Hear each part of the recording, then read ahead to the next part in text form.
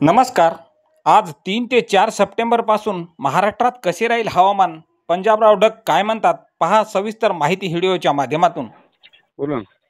Sir, शेतकऱ्यांसाठी अंदाज द्या ना. शेतकऱ्या म्हणा आज आणखीन आज आहे 3 आणि 4 आणि 2 दिवस आहे थोडा पाऊस.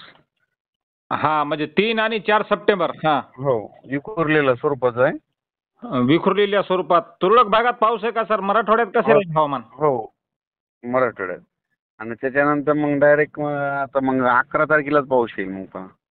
11 सप्टेंबरला म्हणजे संपूर्ण महाराष्ट्रात जोरदार पाऊस राहील का हो, सर? मग 11 ते 17 दरम्यान.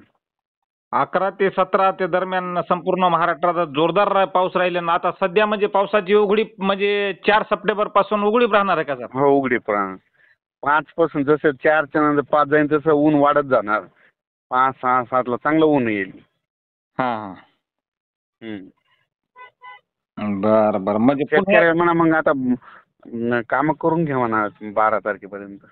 12 तारखेपर्यंत संपूर्ण महाराष्ट्रात, नंतर 12 पासून पावसाला सुरुवात आहे. तोपर्यंत शेतकऱ्यांनी कामे आटपून घ्यायची. हो. Okay okay sir. Okay sir, माहिती दिल्याबद्दल खूप खूप धन्यवाद सर.